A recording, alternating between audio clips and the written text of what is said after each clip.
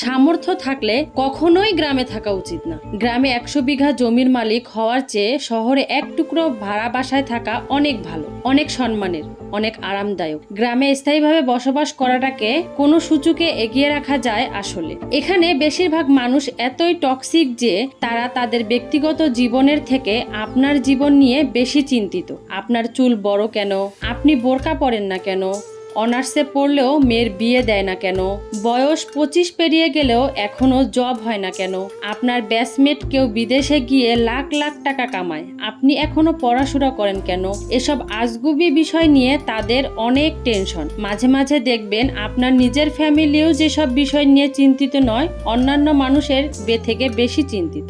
গ্রামের টক্সিক বিষয়গুলোর আরেকটি বড় পার্ট হচ্ছে ঝগড়া। আপনি এমন কোনো বাড়ি খুঁজে পাবেন না যেখানে জায়গা জমি নিয়ে কোনো বিরোধ নেই। প্রত্যক্ষ বা পরোক্ষভাবে এই ফ্যামিলি সেই ফ্যামিলির সাথে কোনো না কোনোভাবে ঝগড়া লেগেই থাকে। 1 ইঞ্চি জায়গা নিয়ে মাথা ফাটাফাটি, অশ্লীল ভাষায় গালাগালি, মামলা মোকদ্দমা চলতেই থাকে। এইজন ওইজন নামে গোপনে প্যাঁচ লাগিয়ে ঝগড়া বাঁধিয়ে দেওয়া, কাউকে পছন্দ না হলে তার নামে জায়গায় অজায়গায় বদনাম রুটিয়ে দেওয়া, এমনকি বিয়ে আসলেও গোপনে প্যাঁচ লাগিয়ে দেওয়া গ্রামের বেশিরভাগ মানুষের যেন একটি নিত্যদিনের কাজ। গ্রামের বেশিরভাগ মানুষই এতটা অজ্ঞ যে তারা সফটওয়্যার ইঞ্জিনিয়ার বুঝে না, ইলেকট্রিক্যাল ইঞ্জিনিয়ার বুঝে না, MBBS ডাক্তারের মানে বুঝে না। তাদের কাছে সরকারি চাকুরি মানে পুলিশ হোক কনস্টেবল, সেনাবাহিনী হোক সেটা সৈনিক, প্রাইমারি স্কুলের শিক্ষক সবই। আর একজন নার্সিংয়ে পড়া স্টুডেন্টকে যেমন ভাবে ডাক্তার ভাবে,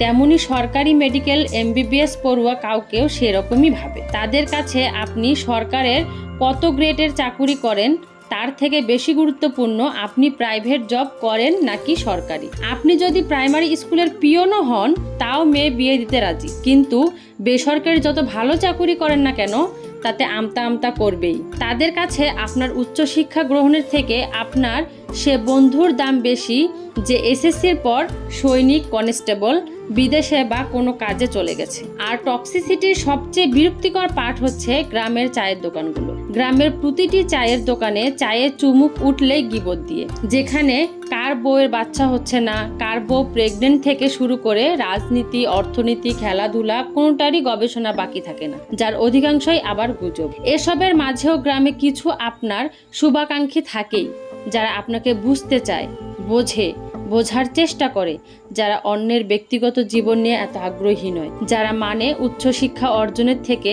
বিদেশে চলে যাওয়া কিংবা কোনো কাজে চলে যাওয়া কখনোই বেটার অপশন নয়, যারা চায়ের কাপে মিথ্যা আর গিবদের ধোয়া উঠোয় না, তাদের স্যালুট, তারা আজীবন সম্মানপ্রাপ্য। জন্ম থেকে গ্রামের পলিমাটি গায়ে মেখেও একজন খাঁটি গ্রাম্য মানুষ হয়েও এই কথাগুলো লেখার একমাত্রই কারণ তিক্ততা। লেখক SM মহসিন।